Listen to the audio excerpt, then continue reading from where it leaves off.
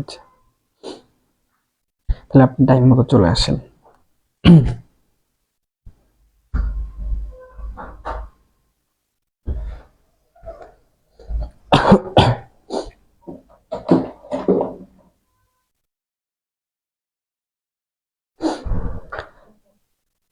আসসালামু আলাইকুম প্রিয় এসএসসি শিক্ষার্থীরা, পেইড ব্যাচের স্টুডেন্টরা, আশা করি আপনারা সবাই অনেক ভালো আছেন। 7টায় ক্লাস শুরু করার কথা ছিল, 7টা 9 বেজে গিয়েছে। ঝটপট সবাই একটু জয়েন হয়ে নেন। ঝটপট সবাই একটু আমরা জয়েন হয়ে নেই।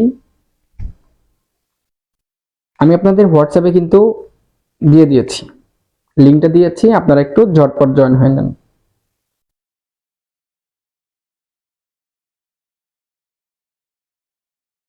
আর আশা করি ইনশাল্লাহ গত ক্লাসের মতো আজকে প্রবলেম হবে না। আজকে আমরা ডিভাইস চেঞ্জ করেছি। হ্যাঁ, দেখেন তো যে সবকিছু ঠিকঠাক আছে কিনা।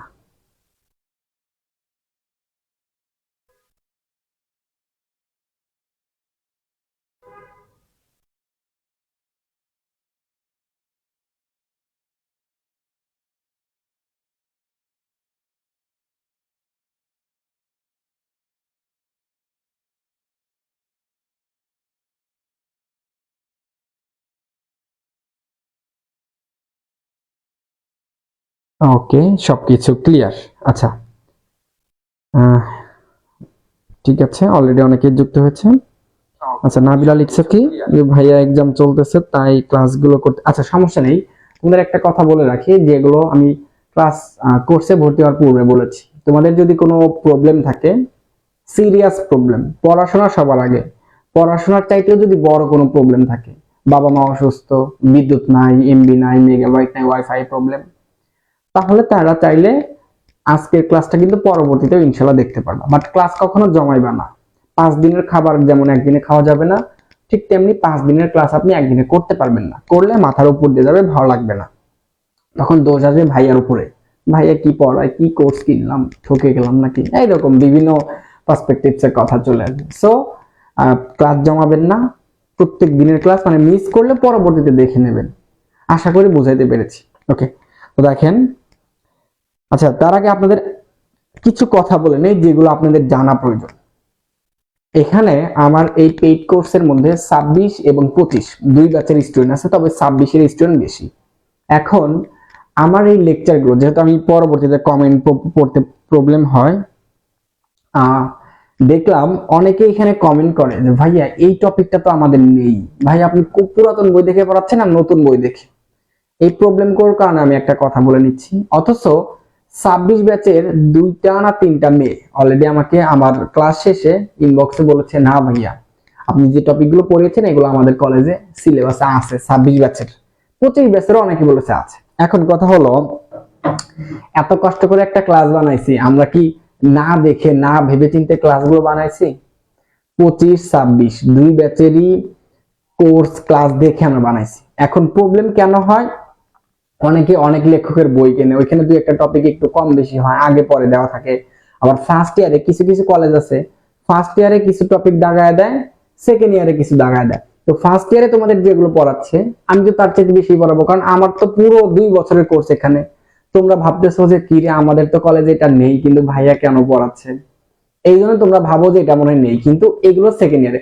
এই সেটটির জন্য তার কোনো শর্ট সিলেবাস নাই। তোমাদের এখন যেমন দাগায় দিচ্ছে এটা ওটা, বাট যারা 26-এ আছো তাদের এই সেটটিতে পুরো বই পড়তে হবে। তো এটা হলো আমাদের পুরো বই থেকে, এবং পুরাতন বই এবং নতুন বই দুইটার আলোকে আমরা এই টপিকগুলো নিয়েছি। ঠিক আছে, আশা করি এই প্রবলেমগুলো বা এই কমেন্টগুলো আপনাদের আর হবে না।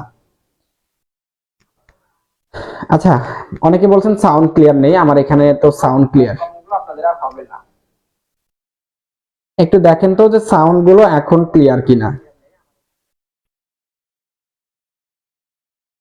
আচ্ছা ভাইয়া, আপনি কোন লেখকের বই থেকে পড়াইতেছেন? মাহবুব রহমান স্যার আর হলো অক্ষরপথ, এই দুইটা বই থেকে আমাদের নেওয়া হয়েছে, এবং এনসিটিভি কর্তৃক আমাদের অনলাইন মানে গুগল ফর্মে যেটা দেওয়া আছে ওইখান থেকেও নেওয়া হয়েছে কিছু হেল্প। হ্যাঁ, আচ্ছা এখন দেখেন যে সবকিছু ক্লিয়ার কিনা। শেফালি আক্তার মিথিলা লিখছে ক্লিয়ার, রাবেয়া ইসলাম লিখছে ক্লিয়ার ভাইয়া। ওকে, সাদিয়া আক্তার ক্লিয়ার। ফাহাদুজ্জামান, ওকে, ম্যাক্সিমাম বলছো ক্লিয়ার, তার মানে ক্লিয়ার। এখন যাদের কাছে প্রবলেম হবে আমি মনে করব তাদের নেটওয়ার্কের এখানে প্রবলেম। হ্যাঁ, আমাদের এখানে যথেষ্ট নেট আজকে অ্যাক্টিভ আছে। ওকে, ঠিক আছে, আমরা আর কথা না বাড়িয়ে আমাদের আজকের টপিকে চলে যাচ্ছি। দেখেন, আমরা নেক্সট দিন কোন পর্যন্ত শেষ করেছিলাম, কেউ একজন একটু বলেন, জাস্ট টপিকটার নাম বলেন। নেক্সট দিন আমরা কোন টপিকটা পর্যন্ত শেষ করেছিলাম, তাহলে বুঝবো যে আপনাদের মনে আছে, ক্লাসগুলো রেগুলার দেখেন।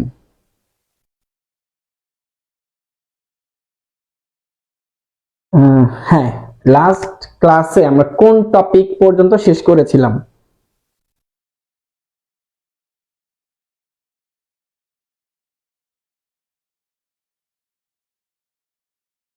বলেন একটু।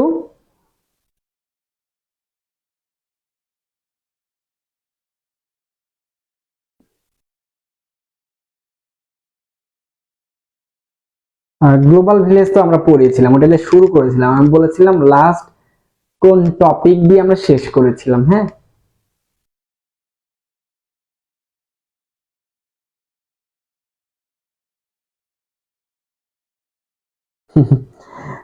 আচ্ছা, এআই, ওকে, গ্লোবাল ভিলেজ। আচ্ছা, তার মানে আসলে artificial intelligence, virtual reality, global village, এক একজন এক এক রকম কথা বলছো।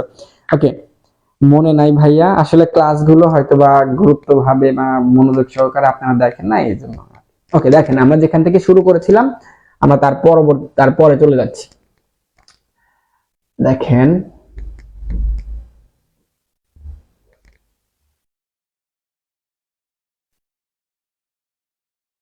দেখেন আমরা এই টপিকটার দিকে তাকান, আমরা এইটা পর্যন্ত কমপ্লিট করেছিলাম, আর্টিফিশিয়াল ইন্টেলিজেন্স অর্থাৎ এআই এর ধারণা এবং এর বাস্তবিক ব্যবহার, এই পর্যন্ত আমরা কমপ্লিট করেছিলাম। ওকে, দেখেন, তাহলে নেক্সট আমরা এখন দেখব রোবোটিক্স। রোবোটিক্স সম্পর্কে আমরা এখন পড়ব, একটু ভালো করে দেখেন। আমরা পূর্বের ক্লাসে আমরা রোবোটিক্স এর পূর্বে পর্যন্ত ইনশাআল্লাহ আলোচনা করেছিলাম, virtual reality, artificial intelligence, global village, হ্যাঁ এইগুলো পড়েছিলাম। ওকে, তো দেখেন এখন আমরা পড়বো হলো রোবোটিক্স। দেখেন, রোবোটিক্স আমি প্রথমে একটু কথা বলে নেই, তারপর বোর্ডে আসছি। রোবট শব্দের সাথে আমরা ছোটবেলা থেকেই পরিচিত, এই শব্দটা অনেকবার শুনে এসেছি, তাই না? রোবট, দেখেছো যে আমাদের বাংলাদেশে রোবট সোফিয়া এসেছিল। আমাদের যে প্রাক্তন প্রধানমন্ত্রী ছিল আর কি, তার সাথে হ্যান্ডশেক করেছিল, তার সাথে কথা বলেছিল, কুশল বিনিময় করেছিল। তো রোবট শব্দের অর্থ হলো মানব যন্ত্র। কি যন্ত্র? মানব যন্ত্র। মানে মানুষকে যদি যন্ত্রকে যদি মানুষের মতো কাজ করানো যায়, মানুষের মতো আকৃতি দিয়ে কাজ করানো যায়, তাহলে সেটাকে আমরা কি বলবো? রোবট বলবো। একদম সহজ কথায় সুন্দর শর্টকাটে উত্তর দিব যে রোবট শব্দের অর্থ হলো মানব যন্ত্র। যে মানুষকে বা যে মানবকে যন্ত্রের সাহায্যে নিয়ন্ত্রণ করা যায় তাকে রোবট বলা হয়। যে মানবকে যন্ত্রের সাহায্যে নিয়ন্ত্রণ করা হয় তাকে রোবট বলা হয়। আমাকে কি কোনো যন্ত্রের সাহায্যে কোনো রিমোট কন্ট্রোলের সাহায্যে নিয়ন্ত্রণ করা হচ্ছে না, এই জন্য আমি নর্মাল মানুষ। বাট আমাকে আমার মতো করে যদি একটা শেপ তৈরি করে দিয়ে আমাকে যদি একটা কন্ট্রোলার ইউজ করা হতো, ডানে যেতে বললে আমি ডানে যাইতাম, এদিকে তাকাইলে এদিকে, এরকম তার কমান্ড অনুপাতে যদি আমি চলতাম, তাহলে তখন আমাকে বলা হতো রোবট। আচ্ছা, রোবট দিয়ে আমরা কি কাজ করতে পারি বা এটার বেনিফিট কি? রোবট দিয়ে হলো যেগুলো সেনসিটিভ কাজ, ভারী কাজ, সেই কাজগুলো যেগুলো মানুষের পক্ষে একটু অসম্ভব হয়ে পড়ে, মানুষের পক্ষে একটু রিস্কি হয়ে পড়ে, ঝুঁকিপূর্ণ হয়ে পড়ে, ভারী হয়ে যায়, মানুষকে দ্বারা করালে ওই কাজটা অনেক স্লো মোশনে হয়, বিভিন্ন পারপাসে আমরা মানুষের পরিবর্তে রোবট ইউজ করে থাকি। ওকে, তারপর আপনারা এখন দেখবেন যে ম্যাক্সিমাম যেগুলো একটু উন্নত কান্ট্রি, সেখানে আমরা ট্রাফিকের দায়িত্বেও এখন রোবট পালন করতে দেখি। আপনারা মনে হয় এটা দেখেছেন, এটা কিছুদিন আগে নিউজ হয়েছে যে ট্রাফিক সেখানে মানুষ না থেকে রোবট থাকছে।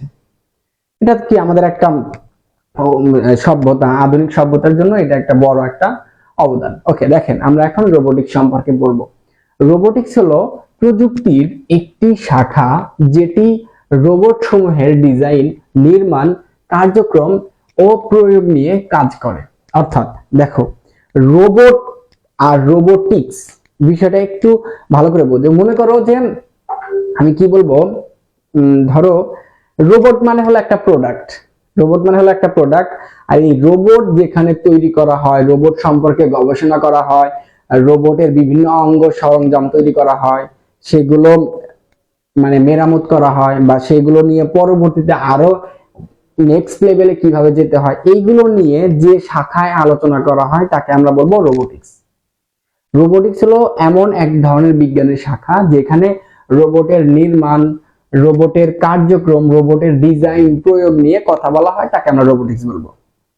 সুন্দরভাবে সংজ্ঞাটা মুখস্থ রাখবেন। ওকে, তারপর দেখেন, তাহলে এই যে এই পর্যন্ত আপনারা সংজ্ঞাটা মুখস্থ রাখবেন। তারপর দেখেন ডিকশনারির মতে রোবট হচ্ছে, দেখেন আমি কিন্তু প্রথমে কি বললাম যে রোবট মানে হলো, রোবট শব্দের অর্থ মানব যন্ত্র, যে মানুষকে যন্ত্রের সাহায্যে নিয়ন্ত্রণ করা যায় তাকে রোবট বলে। দেখেন ওই শব্দটা, ওই ব্যাখ্যাটা এখানে একটু অন্যভাবে দিয়েছে। রোবট হচ্ছে একটি স্বয়ংক্রিয় ব্যবস্থা যা মানুষ যেভাবে কাজ করতে পারে সেভাবে কাজ করে, অথবা এর কাজ দেখে মনে হয় এর বুদ্ধিমত্তা আছে। মানে রোবট আমাদের নিজে হাতে বানানো, বাট রোবটের কাজ দেখলে মনে হয়, এর ইন্টেলিজেন্স দেখলে, এর বুদ্ধিমত্তা দেখলে মনে হয় যে সেম একটা মানুষ যে কাজ করতো রোবটও সেই কাজ করে, কারণ তাকে ওই ইনপুট গুলো আগে থেকে দিয়ে দেওয়া হয়েছে। ওকে, তারপরে দেখেন নেক্সট। আর এই যে এখানে আপনাদের রোবট বোঝানোর জন্য আমরা একটা ছোট একটা চিত্রর আয়োজন করেছি, এই চিত্রটাও দেখতে পারেন, এটার মাধ্যমে আপনারা রোবট সম্পর্কে ভালো করে বুঝতে পারবেন। আমরা কিন্তু টপিকসটা রোবট পড়াচ্ছি না, রোবোটিক্স পড়াচ্ছি, বাট রোবোটিক্সেরই একটা অংশের নাম হলো রোবট, কারণ রোবোটিক্স হলো একটা শাখা বা প্রতিষ্ঠান যেখানে রোবট নিয়ে গবেষণা করা হয়, রোবট বানানো হয়, রোবটের কাজ নিয়ে কথা বলা হয়, রোবটের নেক্সট লেভেল নিয়ে কথা বলা হয়, কার্যক্রম নিয়ে, কর্মক্ষমতা নিয়ে কথা বলা হয়। আশা করি এই রোবোটিক্স সম্পর্কে আপনি ভালো আইডিয়া পেয়েছেন। রোবোটিক্স থেকে সিকিউতে প্রশ্ন খুবই কম আসে, 20% বা 30% ধরতে পারেন। মানে সিকিউ, সৃজনশীলে রোবোটিক্স থেকে প্রশ্ন নেই বললেই চলে সৃজনশীলে, বাট রোবোটিক্স থেকে এমসিকিউতে আসে। ভালো করে মনে রাখবেন, রোবোটিক্স থেকে এমসিকিউতে কোশ্চেন আসে। যখন আমরা বিভিন্ন বোর্ডের এমসিকিউ ও সিকিউ সলভ করব তখন বুঝতে পারবেন আমি কোন টপিকগুলো বেশি গুরুত্ব বলেছিলাম, কোন টপিকগুলো কম গুরুত্ব বলেছিলাম। ওকে, নেক্সট আমরা দেখতে পাই, দেখেন রোবোটিক্সের কিছু ক্ষেত্রসমূহ, আমরা এখন রোবোটিক্সের কিছু গুরুত্বপূর্ণ ক্ষেত্রসমূহ দেখব, যেগুলো আপনাদের বইয়ের মধ্যেও আলোচনা আছে, আর আমরা একটু আবার আলোচনা করব। আচ্ছা, কারো কোনো প্রবলেম আছে কিনা একটু জানিয়ে দিন। হ্যাঁ, কি বলছে, আমাদের পেইড ক্লাসের স্টুডেন্টদের একটা আলাদা গ্রুপ হলে কি ভালো হইতো? আচ্ছা, পেইড ক্লাসের স্টুডেন্টদের জন্য আলাদা একটা গ্রুপ ক্রিয়েট করা হয়েছে, হোয়াটসঅ্যাপে আছে। আমি সেখানে আপনাদের মেসেজের অনুমতি একদিন মনে হয় কয়েক মিনিটের জন্য দিয়েছিলাম, এতে করে আপনাদের মধ্যে কনফ্লিক্ট তৈরি হয়ে যায়। মানে এই একজন একটা কথা বলে, আরেকজন মানে যেটা প্রয়োজন সেটাও বলে, যেটা অপ্রয়োজন। এতে করে কি হয়, কেউ ভাবতে পারো ভাই বললে কি হবে, আমাদেরই তো গ্রুপ, তোমার একার জন্য বাকি সবার ডিস্টার্ব হয়। তখন তারা কি হয়, বারবার তাদের কাছে নোটিফিকেশন যায়, তখন তারা নোটিফিকেশন অফ করে রাখে। আর অফ করার কারণে আমাদের ক্লাস যদি কখনো চেঞ্জ হয় বা আগে নেওয়া হয় পরে নেওয়া হয়, এই অ্যানাউন্সমেন্ট গুলো তারা জানে না। তখন আমাকে বলে ভাই অ্যানাউন্সমেন্ট দেখলাম না। কেন দেখলা না? ভাইয়া নোটিফিকেশন তো অফ। কেন অফ? ভাইয়া বারবার নোটিফিকেশন আসে, ডিস্টার্ব ফিল হয় এই জন্য। তাহলে এই জন্য তোমরা যদি আসলে সবাই সভ্য হইতা, সবাই যদি ভালো হইতা, কেউ যদি এখানে প্রয়োজনীয় কথা ছাড়া কোনো কথা না বলতা, তাহলে অবশ্যই আমি ওটা মেসেজের অপশনটা চালু করে দিতাম। বাট তোমরা বললে আমি আবার চালু করে দেব, সমস্যা নেই, ঠিক আছে?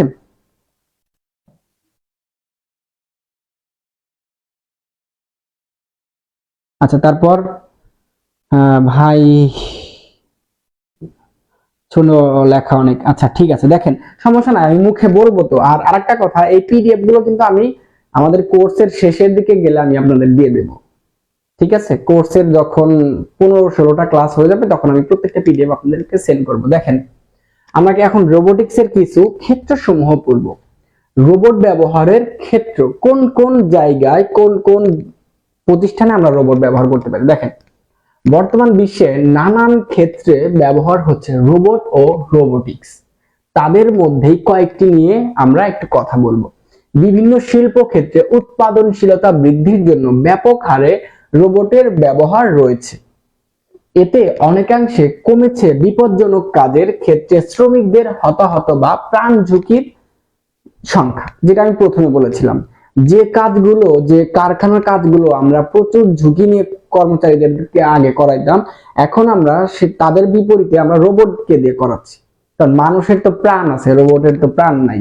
রোবটের সিস্টেম আছে, যে সিস্টেমগুলো আমরা আপডেট করতে পারি, নষ্ট হয়ে গেলে, ভেঙে গেলে আমরা ঠিক করতে পারি, মেরামত করতে পারি। বাট মানুষের একবার যদি আত্মা চলে যায় তাহলে কিন্তু সেটা করতে পারি না। এই জন্য আমরা মানুষের পরিবর্তে আমরা রোবট ব্যবহার করে থাকি, যেগুলো ঝুঁকিপূর্ণ কাজ। ডাক্তার, নার্স বা রোগীদের কাছে প্রয়োজনীয় জিনিস, ঔষধ দ্রুত পৌঁছাতে স্বাস্থ্য খাতে রোবটের ব্যবহার হচ্ছে ইতিমধ্যেই। আয়ারল্যান্ডের একদল, সুন্দর করে মনে রাখবেন, আয়ারল্যান্ডের কথা বলছে এখানে, আয়ারল্যান্ডের একদল ডাক্তার মস্তিষ্কের অস্ত্রোপচারে রোবটের সফল ব্যবহার করে দেখিয়ে দিয়েছে বিশ্বকে। মস্তিষ্কে আমাদের একটা যে অপারেশন, যেখানে তারা একটা সিরিয়াস অপারেশন, এই আয়ারল্যান্ডে ডক্টরের পরিবর্তে রোবটকে ব্যবহার করা হয়েছে, দিয়ে তারা সফল হয়েছে। ওকে, তারপর দেখেন, বীজ বপন, আগাছা পরিষ্কার, মাটি বিশ্লেষণ, ফসল সংগ্রহ সহ নানান কাজে রোবট ব্যবহার করে থাকে। Robotic sweeper, robotic vacuum clear, পুন ক্লিয়ার সহ বিভিন্ন ঘরোয়া রোবট কাজ করে থাকে। ঘরোয়া কাজগুলো, যে কাজগুলো ধরো যে আমরা আসলে একটু ছোট চোখে দেখি, ওয়াশরুম ক্লিন করা, ঘরের মেঝে পরিষ্কার করা, যে কাজগুলো আমরা একটু ছোট ভাবে দেখি, সেই কাজগুলো আমরা রোবটকে দিয়েও করাতে পারি। এগুলো আমাদের দেশে এখনো ওইভাবে আমরা রোবট এখনো অ্যাভেলেবল পাইনি। রোবটের দাম এখনো অনেক, হ্যাঁ, বাইরের দেশে, উন্নত দেশে এগুলো অ্যাভেলেবল আছে, খুব চিপ রেটে পাওয়া যাচ্ছে, কারণ ওইখানে তাদের রোবটের উৎপাদন অনেক বেশি। ঠিক আছে, চাহিদা চাইতে যোগান বেশি। বাট আমাদের দেশে চাহিদা অনেক আছে কিন্তু যোগান নাই। বাইরের দেশ থেকে হয়তো একটু একটু আসা শুরু করছে বিভিন্ন ফ্যাক্টরিতে। আজ থেকে আরো আগামী 50 বছর পর হয়তো বা বিভিন্ন বাসা বাড়িতে কাজের জন্য রোবট নিয়োগ দেওয়া হবে। ওকে, তারপর দেখেন বাকিগুলো একটু জাস্ট একটু রিডিং, তো একটু আপনারা সুন্দর করে পড়ে নেবেন, আর ইনশাল্লাহ আমি কিন্তু আপনাদেরকে এই পিডিএফ গুলো দিয়ে দেব। তারপর দেখেন, আমরা এখন পড়বো হলো ক্রায়ো সার্জারি নিয়ে। ক্রায়ো সার্জারি, একটু আপনারা নামটা দেখেন তো, সার্জারি। সার্জারি নামের সাথে সার্জারি কিসের, কোন ক্ষেত্রে বা কোন বিষয়ের সাথে যুক্ত আছে? অবশ্যই আমরা জানি যে সার্জারি হলো একটা চিকিৎসা বিজ্ঞানের একটা শব্দ। সার্জারি কি? একটা চিকিৎসা বিজ্ঞানের শব্দ। এবার আসো যে আসলে চিকিৎসা বিজ্ঞানের সার্জারি হলো, আমরা মনে করি যে যে অপারেশন গুলো করা হয়, অস্ত্রোপচার গুলো করা হয়, এগুলোকে আমরা সার্জারি বলে থাকি। তো এখানে বলছে ক্রায়ো সার্জারি। এই ক্রায়ো শব্দটা কোত্থেকে আসছে, সার্জারি কিভাবে আসছে আমরা একটু দেখি। দেখেন, ক্রায়ো সার্জারি হলো শরীরের অস্বাভাবিক বা অসুস্থ টিস্যু ধ্বংস করার একটি চিকিৎসা পদ্ধতি। দেখেন, আমাদের যে টিস্যুগুলো আছে, আমাদের শরীরের যে টিস্যুগুলো আছে, ক্ষুদ্রতম একক শরীরের, একটা ভালো টিস্যুর কাছে যদি একটা খারাপ টিস্যু থাকে, একটা নষ্ট টিস্যু থাকে বা আক্রান্ত কোনো টিস্যু থাকে, তাহলে কিন্তু আস্তে আস্তে ভালো টিস্যুটার খারাপ টিস্যুটার কারণে আশেপাশের ভালো টিস্যুগুলো কি হয়ে যাবে, আক্রান্ত হয়ে যাবে। তখন সেখানে বিভিন্ন রকম ধরো যে রোগ বাসা বাঁধবে, ক্যান্সার বলো, তারপরে ঘা বলো, প্রদাহ বলো, বিভিন্ন কিছু তৈরি হবে। এই জন্য আমরা কি করি, আমরা এগুলো অস্ত্রোপচার করি বা অপারেশন করি। কিন্তু এই ক্রায়ো সার্জারি হলো ডিরেক্টলি অপারেশন না করে ঠান্ডা জাতীয় একটা কিছু দেখো আমরা পড়ছি। হ্যাঁ, ক্রায়ো সার্জারি হলো শরীরের অস্বাভাবিক বা অসুস্থ টিস্যু। অস্বাভাবিক বা অসুস্থ টিস্যু, অস্বাভাবিক অনেক জায়গায় দেখো যে টিস্যু যেভাবে বেড়ে ওঠার কথা সেখানে বেড়ে ওঠে না, তার সাথে বেশি ফুলে যায়, এটাকে বলবো আমরা অস্বাভাবিক টিস্যু বা অসুস্থ টিস্যু ধ্বংস করার একটি চিকিৎসা পদ্ধতি। এই পদ্ধতিতে খুব শীতল তরল পদার্থ প্রয়োগ করা হয়। কি প্রয়োগ করা হয়? খুব শীতল তরল পদার্থ প্রয়োগ করা হয়। গ্রিক শব্দ ক্রায়ো। এই যে, তাহলে ক্রায়ো শব্দটি কোথায় থেকে এসেছে সুন্দরভাবে আপনারা মনে রাখবেন। ক্রায়ো শব্দটা এসেছে হলো গ্রিক শব্দ থেকে। এর অর্থ বরফের মতো ঠান্ডা। এর অর্থ কি? বরফের মতো ঠান্ডা। তাহলে ক্রায়ো শব্দের অর্থ হলো বরফের মতো ঠান্ডা। আর সার্জারি, সার্জারি শব্দের অর্থ হলো হাতের কাজ। সার্জারি শব্দের অর্থ হলো হাতের কাজ। আগে যে অপারেশন গুলো হাতের কাজ দিয়ে মানে হাতের মাধ্যমে করা হতো, ধরো সিজার দিয়ে হাতের মাধ্যমে কেটে বা সেলাই দিয়ে করা হতো, সেইটা এখন না করে আধুনিক চিকিৎসা বিজ্ঞানে বরফের মতো ঠান্ডা এক জাতীয় তরল পদার্থ ওই নষ্ট হওয়া টিস্যুর জায়গায় প্রয়োগ করা হয়। প্রয়োগ করলে অটোমেটিকলি সেটা ধ্বংস হয়ে যায়, ওই নষ্ট হওয়া টিস্যুটা কি হয়ে যায়, ধ্বংস হয়ে যায়। এই জন্য এটার নাম দেওয়া হয়েছে ক্রায়োসার্জারি। মানে যে সার্জারিতে হাত ব্যবহার, যে সার্জারিতে সিজার, সুচ, সুতা এগুলো ব্যবহার হয় না, ক্রায়ো ব্যবহার হয়। ক্রায়ো মানে হলো বরফের মতো ঠান্ডা এক ধরনের লিকুইড জাতীয় একটা পদার্থ। ওকে, তারপর দেখো ক্রায়োসার্জারির ব্যবহার। ক্রায়োসার্জারি কোন কোন জায়গায় ব্যবহার হয়? ত্বকের ক্ষত অপসারণ, ত্বকের মধ্যে যদি কোথাও ক্ষত হয়ে যায় ওই ক্ষতটা অপসারণ করতে বা ধ্বংস করতে আমরা ক্রায়োসার্জারি ইউজ করি। ক্রায়োসার্জারি যদি এখানে ইউজ না করা হয় কিছুদিন পর আশেপাশের জায়গাগুলো ইনফেকশন করবে। ওকে, তারপর দেখেন গাইনোকোলজিক ও ইউরোকোলজিক, টিউমার নিয়ন্ত্রণ, চক্ষুবিদ্যায় লেন্স নিষ্কাশন, অশ্ব রোগ নির্মূল, রোগাক্রান্ত টিস্যু জড়িত অন্যান্য অবস্থা। অর্থাৎ যে জায়গাগুলো মানে ইন্টারনাল না এক্সটার্নাল, মানে ভেতরের জায়গাতে তো আর এটা প্রয়োগ করা যাবে না, যে জায়গাগুলো বাইরের সাথে সম্পর্ক, যেমন ত্বক, চোখের রেটিনা বা লেন্সের বিষয়টাতে, চোখের হলো ইয়াতে মানে লেন্স নিষ্কাশন, তারপর তোমার টিউমার নিয়ন্ত্রণের ক্ষেত্রে আমরা এই ক্রায়োসার্জারিটা ইউজ করে থাকি। এই ক্রায়োসার্জারি এটার সুবিধা কিছু আছে, এটার কিছু অসুবিধা আছে। যেমন অসুবিধার মধ্যে একটা হলো এটা খুবই ব্যয়বহুল। সুবিধা কি, আমরা অনেকে আছি আমরা অপারেশন বা সার্জারি দেখে ভয় পেতাম বা ভয় পাই, বা অনেক মানুষ আছে যাদের শরীরে রক্ত কম, শরীরে রক্তের পরিমাণ কম, হিমোগ্লোবিনের পরিমাণ কম, তাদেরকে যদি ডিরেক্টলি সার্জারি করা হতো, কোনো অপারেশন করা হতো, তাহলে কিন্তু তাদের রক্তক্ষরণ হয়ে আরো নানান প্রবলেম হতো। কিন্তু এখন সেটার প্রয়োজন হচ্ছে না। এখন আমরা রক্তক্ষরণবিহীন মানে রক্ত বের না করে আমরা অপারেশন করতে পারছি। এটা আধুনিক চিকিৎসা বিজ্ঞানের একটা বড় অবদান। এইটার সুবিধা এবং অসুবিধা খুব খুব করে আসে, হ্যাঁ, মানে সৃজনশীল অনেক আসে, সুবিধা এবং অসুবিধা। সুন্দর করে এটা সুবিধা এবং অসুবিধা পড়ে নেবেন। অসুবিধাগুলোর মধ্যে প্রথমটাই হলো অনেক ব্যয়বহুল, অনেক ব্যয়বহুল, যেগুলো আমাদের সাধারণ পরিবারের জন্য মানে কষ্টসাধ্য হয়ে যায়। ওকে, নেক্সট আমরা একটু নেক্সটে যাচ্ছি। দেখেন, তার আগে আপনাদের কোনো প্রবলেম হচ্ছে কিনা একটু জানিয়ে দেন, হ্যাঁ।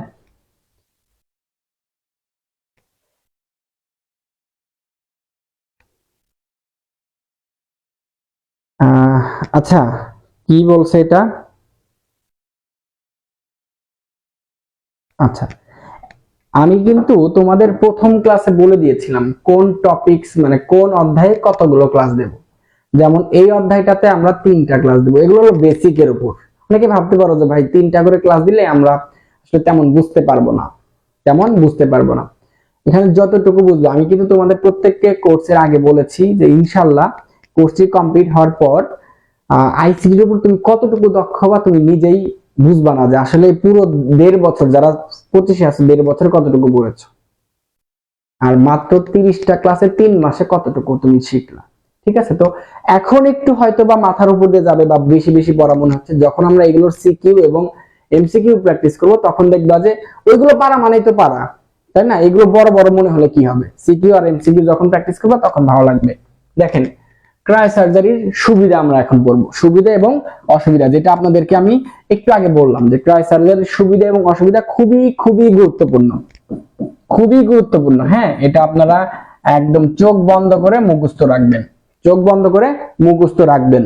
তাহলে আপনারা এসএস নিয়েও পড়তে পারেন। দেখেন কি বলেছে সুবিধার মধ্যে, এই পদ্ধতিতে চিকিৎসায় তুলনামূলক খরচ ও জটিলতা কম। দেখেন, খরচের কথা এখানে লেখা আছে, আবার এখানে বিপরীত লেখা আছে, বাট জটিলতা কম। জটিলতা মানে মনে করো যে আমরা দেখি যে আমাদের যে চিকিৎসা বিজ্ঞানে তোমরা মাঝে মধ্যে কিছুদিন আগে দেখো ওই যে কি কলেজটার নাম ভুলে গেলাম, ওই কলেজটার সামনে যে একটা হসপিটাল মানে ঢাকার সরি কবি কাজী নজরুল সোহরাওয়ার্দী এদের যে মারামারি হলো এই কলেজগুলো ইন্টারমিডিয়েট, ওইখানে যে একটা হসপিটালে যে ভুল চিকিৎসায় মারা গেল, এই যে জটিলতা গুলো এই ক্রায়োসার্জারিতে নেই। মানে ভুল চিকিৎসা হওয়ার এখানে কোনো সম্ভাবনা খুবই কম। তারপর দেখো, অন্যান্য চিকিৎসার ন্যায় জটিল কোনো পার্শ্ব প্রতিক্রিয়া নেই। আমরা জানি প্রত্যেকটা অপারেশনের কিছু পার্শ্ব প্রতিক্রিয়া থাকে, মানে সাইড ইফেক্ট যেটাকে আমরা বলি। যে আসলে তুমি একটা রোগ ভালো করার জন্য একটা অপারেশন করাইলা, বাট ওই অপারেশনের কারণে দেখা গেল আরো আশেপাশে 2-3টা তোমার অ্যালার্জি বেড়ে গেল, তোমার নিউমোনিয়া হয়ে গেল, মানে আরো আশেপাশে 2-3টা, বা মাথা ব্যথা, বমি বমি ভাব, এরকম সাইড ইফেক্ট হয়। বাট এই ক্রায়ো সার্জারিতে এই সাইড ইফেক্টটা নেই, এটা আমরা সুবিধার মধ্যে পড়তেছি। কিন্তু কাটা ছেঁড়া কম হওয়ায় প্রায় রক্তপাতহীন, দেখো এই যে আমি বলেছিলাম কাটা ছেঁড়া কম হওয়ায় প্রায় রক্তপাতহীন, মানে রক্তপাত নেই বললেই চলে, চিকিৎসা পদ্ধতি বলা হয়। তাহলে রক্তপাতহীন চিকিৎসা পদ্ধতি কাকে বলা হয়? সুন্দর করে মনে রাখবেন, ক্রায়ো সার্জারিকে। রক্তপাতহীন চিকিৎসা পদ্ধতি কাকে বলা হয় ভাইয়া? ক্রায়ো সার্জারিকে বলা হয়। তারপর দেখেন, তাৎক্ষণিক অবশ কিংবা ব্যথা উপশমের কাজে ব্যবহার করা যায়। তারপর দেখেন, এই কয়েকটা হলো আমরা সুবিধা পড়লাম, এবার কিছু অসুবিধা জেনে নেই। টিউমার শনাক্ত করার সময় ইমেজিং টেস্টের মাধ্যমে শরীরের অভ্যন্তরে টিউমারের উপস্থিতি শনাক্ত করা হয়। এক্ষেত্রে যদি সঠিকভাবে অবস্থান শনাক্ত করা হয় এবং ক্রায়ো সার্জারি ব্যবহার করা হয়, তাহলে ক্যান্সার কোষে ছড়িয়ে পড়তে পারে। অর্থাৎ ইমেজিং টেস্টটা যারা বোঝেন না তারা একটু বুঝে নেন। ইমেজিং টেস্টে মানে হলো আমাদের শরীরের ভেতরে যদি, অভ্যন্তরে যদি কোনো টিউমারের দেখা দেয়, সেখানে আমরা ইমেজিং টেস্টের মাধ্যমে তার অবস্থান নির্ণয় করি। যে আসলে ইমেজিং মানে হলো ছবির মাধ্যমে যে আসলে কোন জায়গায় ওই টিউমারটার অবস্থান আছে। এখন যেহেতু অভ্যন্তরে, তো ওইখানে আমরা কিন্তু এই ক্রায়ো সার্জারি হুটহাট ব্যবহার করতে পারবো না, কারণ অভ্যন্তরে আসলে একজ্যাক্ট যদি আমরা ওই টিউমারের অবস্থানটা না নির্ণয় করে ক্রায়ো সার্জারির ওই ঠান্ডা জাতীয় লিকুইডটা যদি ওইখানে অ্যাপ্লাই করি, তাহলে ভুল জায়গায় যদি ওটা প্রয়োগ হয়, তাহলে এটা আরো ছড়িয়ে পড়ার আশঙ্কা রয়েছে, এটা এখানে বলা হয়েছে। তারপর দেখেন, দীর্ঘকালীন কার্যকারিতা অনিশ্চিত। দীর্ঘকালীন মানে কি? এটা লং লাস্টিং না। মানে তুমি একটা অপারেশনে ক্রায়ো সার্জারি ইউজ করলা, এটা যে যেমন আমরা টিউমার হলে কোন একটা অপারেশন করলে এটা বলা যায় যে ওই স্থানে ইনশাআল্লাহ আর হবে না, বেঁচে থাকতে ইনশাআল্লাহ আর হবে না, এরকম একটা কথা বলা থাকে বা আশ্বাস থাকে। কিন্তু ক্রায়ো সার্জারির মধ্যে একটা অসুবিধা আছে, যে তুমি আজকে এই ক্রায়ো সার্জারির মাধ্যমে সার্জারিটা করলা, এটা আবার আগামী 6 মাস, 1 বছর, 2 বছর, 3 বছর পরও আবার এটা ফিরে আসতে পারে বা হতে পারে। এটার কোনো লং লাস্টিং এর কোনো গ্যারান্টি নেই। তারপর দেখো, কেবলমাত্র রোগ ছড়িয়ে পড়েনি এমন ধরনের ক্যান্সার চিকিৎসায় কার্যকর, অন্যথায় নয়। ভালো করে কথাটা বুঝো, কেবলমাত্র রোগ ছড়িয়ে পড়েনি এমন ধরনের ক্যান্সার চিকিৎসায় কার্যকর, অন্যথায় নয়। মানে ক্যান্সার হয়েছে শরীরে, কিন্তু খুব বেশি জায়গায় ছড়িয়ে পড়ে নাই, অল্প জায়গা জুড়ে আছে, তখন ক্রায়ো সার্জারি ব্যবহার করা যাবে। কিন্তু ক্রায়ো সার্জারি যে এই ক্যান্সারের কোষকলা যদি শরীরের বিভিন্ন অঙ্গ প্রত্যঙ্গে ছড়িয়ে পড়ে ক্যান্সারটা, তখন আমরা আর এই ক্রায়ো সার্জারি ব্যবহার করতে পারবো না, এখানে এটা বলা হয়েছে। ওকে, কি বলেছে?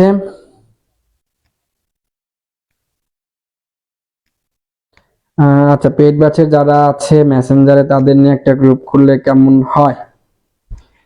আচ্ছা, এই পর্যন্ত তো কারো কোনো সমস্যা আছে কিনা একটু জানিয়ে দিন। হ্যাঁ, এই পর্যন্ত কারো কোনো সমস্যা আছে কিনা একটু জানিয়ে দিন।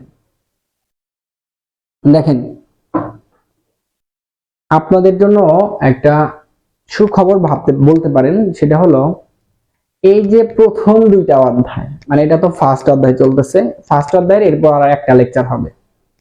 তো প্রথম অধ্যায় আর দ্বিতীয় অধ্যায় যেভাবে আমরা ক্লাস গুছিয়েছি, যেভাবে এডিটিং গুলো হয়েছে, আপনাদের কাছে হয়তো কতটুকু ভালো লাগছে জানি না, বাট আমার কাছে এটা স্যাটিসফ্যাকশনের জায়গা হলো, মনে করো 70% থেকে 80% হয়েছে, মানে আমার কাছে মোটামুটি হয়েছে, খুব বেশি ভালো হয়নি। কিন্তু তৃতীয়, চতুর্থ, পঞ্চম, ষষ্ঠ এই 3 নাম্বার অধ্যায় থেকে ক্লাসগুলো এখন যেভাবে দেখছেন, তার চাইতে ক্লাসের লেখাগুলো, ক্লাসের ছবিগুলো, ক্লাসের তথ্যগুলো অনেক বেশি প্রিমিয়াম, অনেক বেশি প্রিমিয়াম। মানে যেটা আমি আজকে আমি একটা কাজ দেখলাম, মানে আমাদের কাজ হচ্ছে, সেখানে আমি দেখলাম 3 নাম্বার অধ্যায়ের কিছু নোটস দেখলাম, কাজ দেখলাম, যেটা দেখে আমি মুগ্ধ, মানে অনেক অনেক সুন্দর এবং অনেক গোছালো ক্লাসগুলো। তো আমরা এই প্রথম 2টা অধ্যায় এইভাবে তোমরা হয়তো ভালো লাগতে পারছে, বাট আমার কাছে ভালো, বাট 70-80% আমার কাছে মনে হচ্ছে তোমাদের এর চেয়ে আরো সুন্দর গোছানো ক্লাস দিলে হয়তো আমার কাছে ভালো লাগতো। ইনশাআল্লাহ সেটা আমরা পাচ্ছি 3 নাম্বার অধ্যায় থেকে। হ্যাঁ, 2 নাম্বার অধ্যায়টাও অনেক বেশ গোছানো, বাট আমার কাছে সবচেয়ে ভালো লাগতেছে 3 নম্বর অধ্যায় থেকে, মানে অনেক সুন্দর কাজগুলো হয়েছে। ওইখানে কিছু গ্রাফিক্স ডিজাইনের আমরা ছোঁয়া দিয়েছি, যার কারণে ওই ক্লাসগুলো আরো বেশি সুন্দর হয়েছে। হ্যাঁ, ওকে, দেখেন আমরা এটা নেক্সট চলে যাচ্ছি। নেক্সট দেখেন বায়োমেট্রিক্স। নেক্সট টপিকের নাম কি? বায়োমেট্রিক্স, যেটার সাথে আপনারা প্রায় 2013-14 থেকে আপনারা খুব ভালোভাবে পরিচিত। 2012-13-14 সাল থেকে আপনারা খুব ভালোভাবে পরিচিত। তখন আমাদের দেশে বায়োমেট্রিক্স পদ্ধতিটা কাজ করা শুরু করে সরকারিভাবে। বায়োমেট্রিক্স পদ্ধতিটা কি? এটা হলো একটা শনাক্তকরণ পদ্ধতি। এটা হলো এক ধরনের শনাক্তকরণ পদ্ধতি, যেটা অন্যান্য উন্নত দেশে অনেক আগে থেকে ইউজ হয়ে আসছে, বাট আমাদের বাংলাদেশে 2012-13-14 সাল থেকে এটা খুব মানে সারা ফেলে ইউজ করে আসতেছে। যেমন আমরা সিম ক্রয় করতে বায়োমেট্রিক ব্যবহার করে থাকি। তো দেখেন আমরা একটু বায়োমেট্রিক্সটা পড়ি। বায়োমেট্রিক্স হলো এমন একটি প্রযুক্তি যা ব্যক্তির শারীরিক বা আচরণগত বৈশিষ্ট্যের উপর ভিত্তি করে তার পরিচয় শনাক্ত করে। তাহলে মূল কাজ কি? মূল কাজ হলো পরিচয় শনাক্তকরণে ব্যবহার হয় কে? বায়োমেট্রিক্স। পরিচয় শনাক্তকরণে ব্যবহার হয় হলো বায়োমেট্রিক্স। ওকে, দেখেন বায়োমেট্রিক্স এর মাধ্যমে ব্যক্তির পরিচয় যাচাই করা হয় এবং অ্যাক্সেস নিয়ন্ত্রণ করা হয়। অ্যাক্সেস শব্দের অর্থ হলো যেটাকে আমরা পারমিশন বলি, অনুমতি বলি, সেটা। হ্যাঁ, বায়োমেট্রিক্স এর মাধ্যমে ব্যক্তির পরিচয় যাচাই করা হয় এবং অ্যাক্সেস নিয়ন্ত্রণ করা হয়। বায়োমেট্রিক্স এর কিছু উদাহরণ আমরা পরের টপিকসে দেখছি। দেখেন এখানে আপনারা বায়োমেট্রিক্স এর বেশ কয়েকটা উপাদান দেখবেন।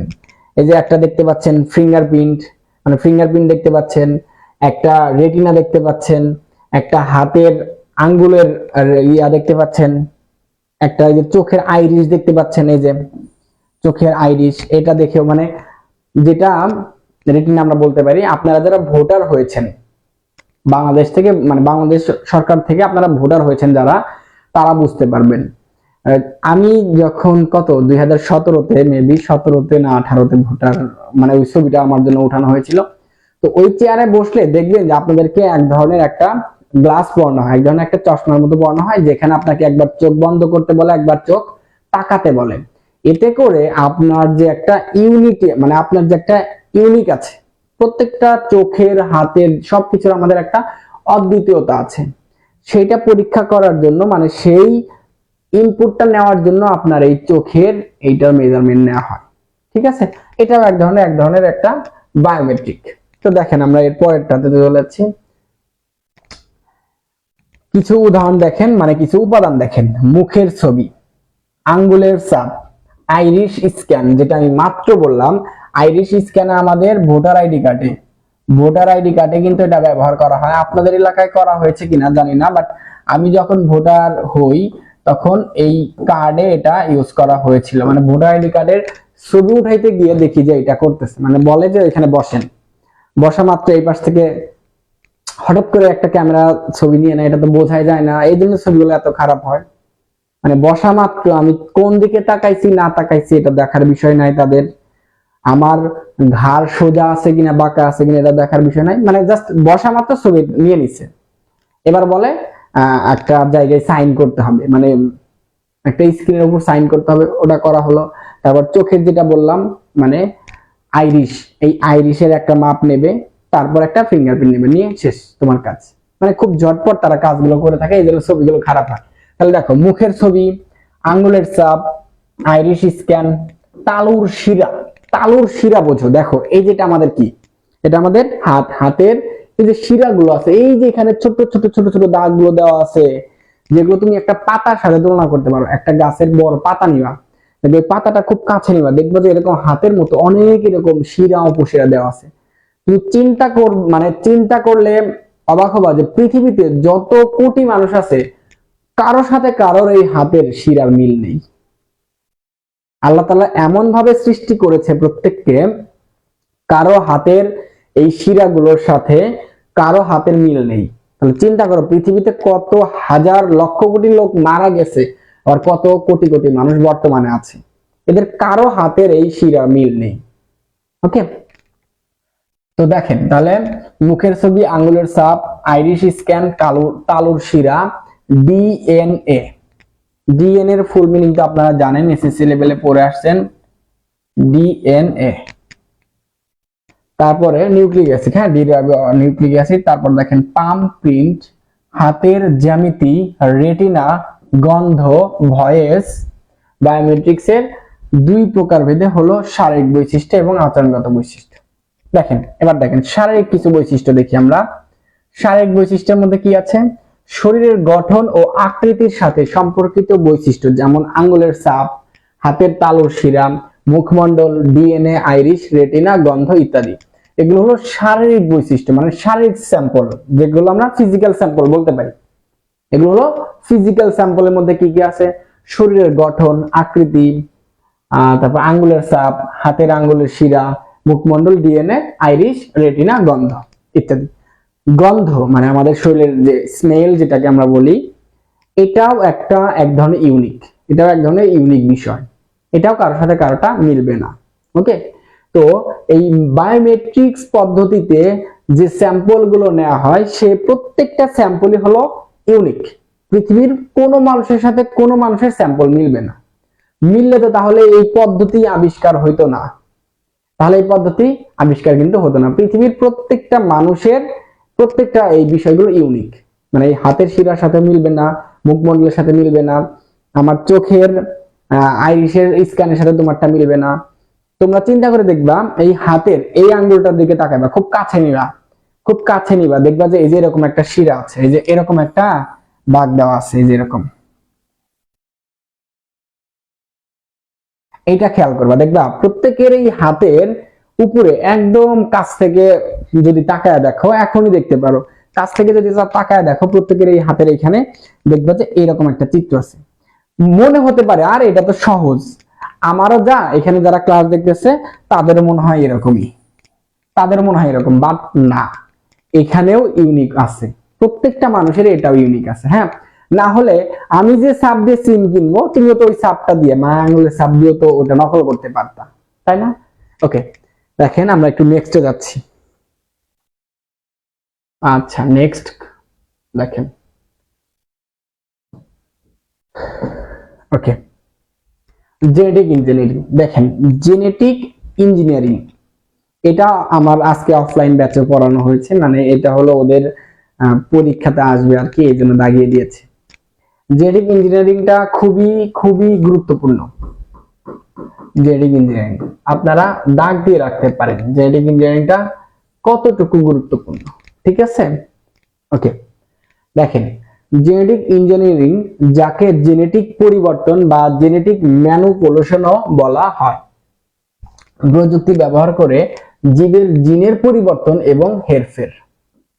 ওকে, দেখেন জিন হলো আমাদের প্রত্যেকটা মানুষের বা প্রাণীর বৈশিষ্ট্য বহনকারী একটা অংশ, মানে জিন দিয়ে আমাদের বিবর্তন গুলো যে হচ্ছে, আমাদের মানব জাতির যে বংশ বিস্তার হচ্ছে, এটার একটা অন্যতম বৈশিষ্ট্য হলো জিন, মানে এই জিন দ্বারা আমাদের বৈশিষ্ট্যগুলো নিয়ন্ত্রণ হয়ে থাকে। যেমন আমার চেহারা অবশ্যই ধরো যে শাকিব খান বা হিরো আলম কারোর সাথে মিলবে না, আমার চেহারা অবশ্যই আমার বাবার সাথে মিলবে, না হয় আমার মায়ের সাথে মিলবে, বাবার সাথে না মিললেও আম্মুর সাথে অবশ্যই মিলবে। তোমার চেহারা আমার মতো হবে না, কোনোভাবেই হবে না, তোমার চেহারা অবশ্যই তোমার বাবা মার সাথে মিল হবে। আবার তোমার ছেলে মেয়ে বা আমার ছেলে মেয়ে, তাদের চেহারা বলো, শুধু চেহারার কথা বলে লাভ নেই।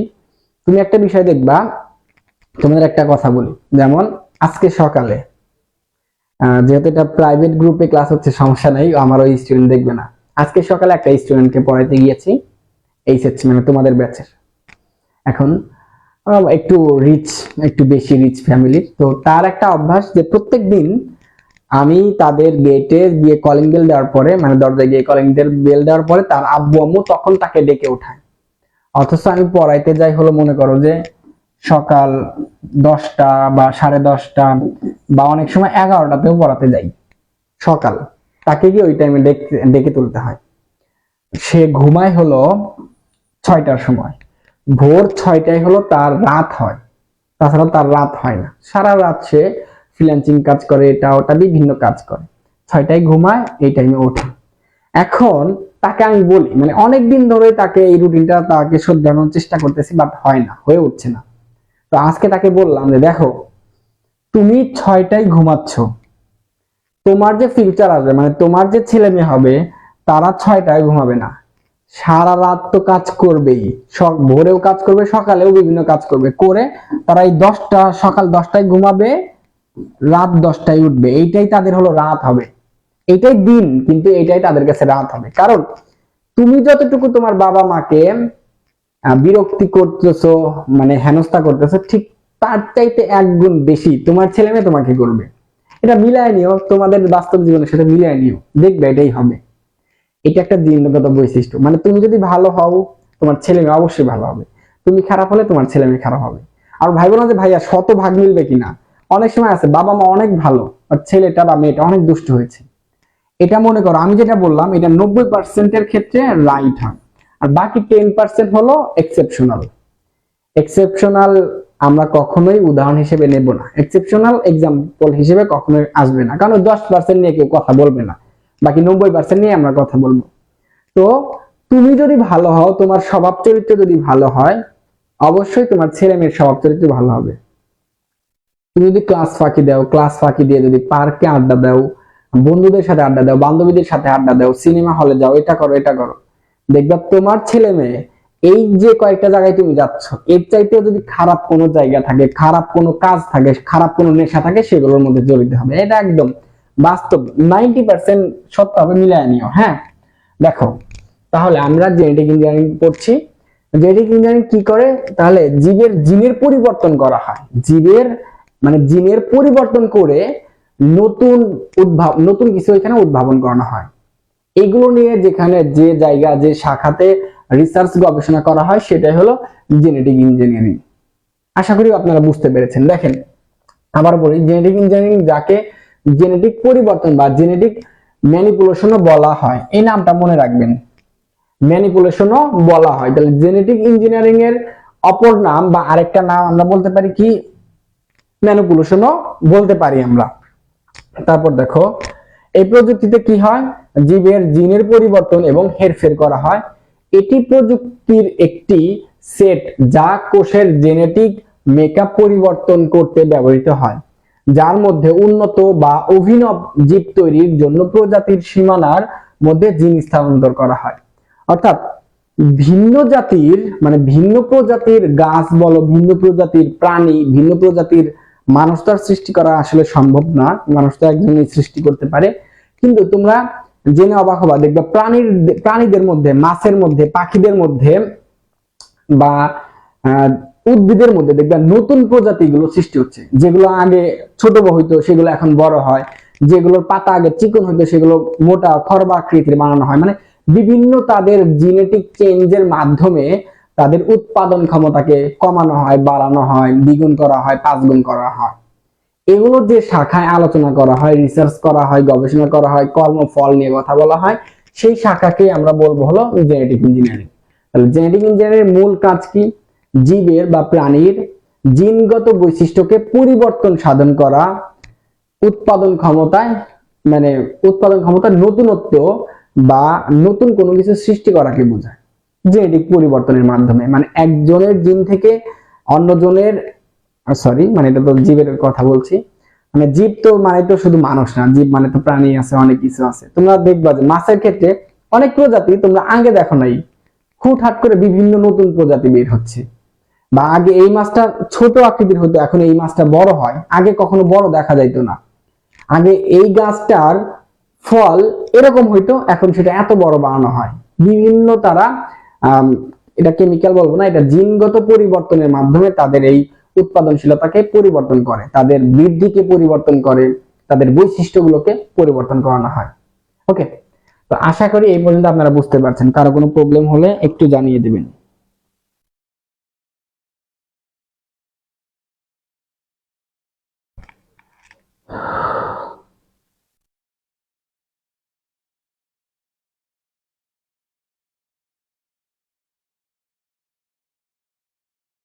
আচ্ছা, কি বলছে? যেখানে লেখা সুন্দর সেটাই ফলো করি, আমাদের তো মাহবুব স্যারেরটাই পড়ায়, বোর্ড বই কিনতে মানা করেছে। আচ্ছা, এই বিষয়ে নিয়ে একটু কথা বলি। হ্যাঁ, কলেজের বোর্ড বই আমার এখানে অফিসে কি আছে? থাকলে দেখাইতাম, নেই মনে হয়। এখানে আমাদের গাইডটাই আছে, মাহবুবুর রহমান স্যারের বইটাই আছে। তো তোমরা বই নিয়ে কোনো চিন্তা নেই, যে যে বই কিনছো, যে যে বই কিনছো ওইটাই রাইট। এখন কলেজগুলো তোমাদের এক এক ধরনের বই কিনতে কেন বলে আমি বলি। অফিসে তাদের কোম্পানি থেকে লোক আসে, এসে 2-4-5 হাজার টাকা দিয়ে যায়, বা তাদের সাথে একটা ভালো সম্পর্ক, বা অনেকগুলো বই গিফট করে, এটা ওটা বিভিন্ন কারণে তারা একটু স্বজনপ্রীতি করে, তাদের ওই নামটা তোমাদের ক্লাসে গিয়ে বলে যে এই বাচ্চারা তোমরা এই বই কিনবা। বাট সে আসলে বুঝে বলে না, মানে বিভিন্ন পার্সপেক্টিভে সে এটা বলে। কিন্তু আসলে বই সবগুলো লেখকেরই বই ভালো। কিছু লেখকের বইয়ে যেটা পরে পাইবা, কিছু লেখকের ওটা আগে আছে, কিছু লেখকের বইয়ে ওটা 5 লাইন আছে, অন্য বইয়ে এটা 4 লাইন আছে। বাট এমন না যে 4 লাইন দিলে নাম্বার কম পাবে, 5 লাইন দিলে নাম্বার বেশি পাবে, তা না। সব জায়গায় তারা সুন্দরভাবে গুছানো ভাবে লিখেছে, যার যেটা মনে চায় ওই বই কিনবা, যার যেটা মনে চেয়েছে ওটা কিনছো। বই নিয়ে কারো কোনো কনফিউশন নাই, ঠিক আছে? ওকে, দেখেন এই পর্যন্ত আপনাদের কারো কোনো সমস্যা আছে কিনা একটু জানিয়ে দিবেন।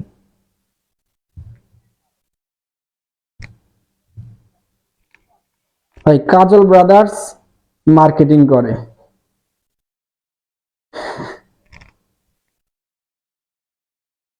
আচ্ছা, ক্লাস কতক্ষণ চলবে? ক্লাস আমাদের আর এই কিছুক্ষণের মধ্যে শেষ হবে, কারণ আমি বলছি আমাদের কিন্তু 1 ঘন্টার বেশি করে ক্লাস নেওয়ার কথা। হ্যাঁ, 1 আওয়ার প্লাস নেওয়ার কথা। কিন্তু প্রথম অধ্যায়টাতে আর দ্বিতীয় অধ্যায়টাতে, প্রথম আর দ্বিতীয় এই দুইটা অধ্যায়ে একটু ক্লাসগুলো কম পাবেন, মানে 50 মিনিট, 55 মিনিট, 1 ঘন্টা এরকম। বাট 3 নাম্বার অধ্যায়ে আমরা যখনই যাব, 3 নাম্বার অধ্যায় থেকে আমরা যখনই স্টার্ট করব লেকচার দেওয়া, মানে ক্লাস নেওয়া শুরু করব, তখন দেখবেন যে অনেক ক্লাস 1 ঘন্টা মানে 1.5 ঘন্টাও হবে, 1 ঘন্টা 40 মিনিটও হবে, 1 ঘন্টা 20 মিনিট হবে, মানে এরকম হবে। ঠিক আছে? তো এভারেজে আপনারা যদি এভারেজ করেন প্রত্যেকটা ক্লাস 1 আওয়ার প্লাসই হবে। ঠিক আছে? তো এই টপিকগুলো একটু সহজ, যার কারণে আমরা ক্লাসগুলো একটু শর্টলি নেওয়ার চেষ্টা করব, মানে চেষ্টা করছি। তো আমরা আজকে এই পর্যন্ত রাখবো, ইনশাল্লাহ পরবর্তী ক্লাসে আমাদের লাস্ট যে লেকচারটা প্রথম অধ্যায়ে ইনশাল্লাহ শেষ হয়ে যাবে। সেখানে আমাদের আর মাত্র 3-4টা টপিকস আছে। 3-4টা টপিকস ইনশাল্লাহ শনিবারে, আগামী শনিবার আমাদের ক্লাস আছে ঠিক সন্ধ্যা 7টায়। শনিবারে ইনশাল্লাহ আমাদের প্রথম অধ্যায়টা শেষ হয়ে যাবে, এবং প্রথম অধ্যায় যদি শেষ করে দেখি যে টাইম সেফ আছে, তাহলে আমরা দ্বিতীয় অধ্যায়টা ওই দিন শুরু করতে পারি, কারণ দ্বিতীয় অধ্যায়ের টপিকগুলো অনেক বড়। আপনারা জানেন কিনা আমি একটু এখানে দেখাইতে চাই। ওয়েট, দ্বিতীয় অধ্যায়ের আমাদের টপিকগুলো অনেক বড়, এখানে আপাতত দেখানোর দরকার নেই, যেহেতু আমরা শুরু করি নাই। থাক, দ্বিতীয় অধ্যায়ের টপিকটা অনেক বড়, এই জন্য আমরা পরবর্তীতে ইনশাল্লাহ শনিবারে যে ক্লাসটা নেব সেখানে প্রথম অধ্যায়টা শেষ করে যদি কিছু সময় থাকে আমরা দ্বিতীয় অধ্যায়টা শুরু করব। ঠিক আছে? তো আজকে এই পর্যন্তই, পরবর্তী ক্লাসে ইনশাল্লাহ সবার সাথে দেখা হচ্ছে। সে পর্যন্ত সুস্থ থাকেন, ভালো থাকেন, আল্লাহ হাফেজ। আর আরেকটা কথা, সেটা হলো 3rd চ্যাপ্টার থেকে অমাইক ক্লাস পাচ্ছেন। অমাইক মানে অমাইক, আমারই বেড়ে যাচ্ছে। ঠিক আছে? সো সে পর্যন্ত সবাই সুস্থ থাকেন, ভালো থাকেন, আল্লাহ হাফেজ, পরবর্তী দেখা হচ্ছে।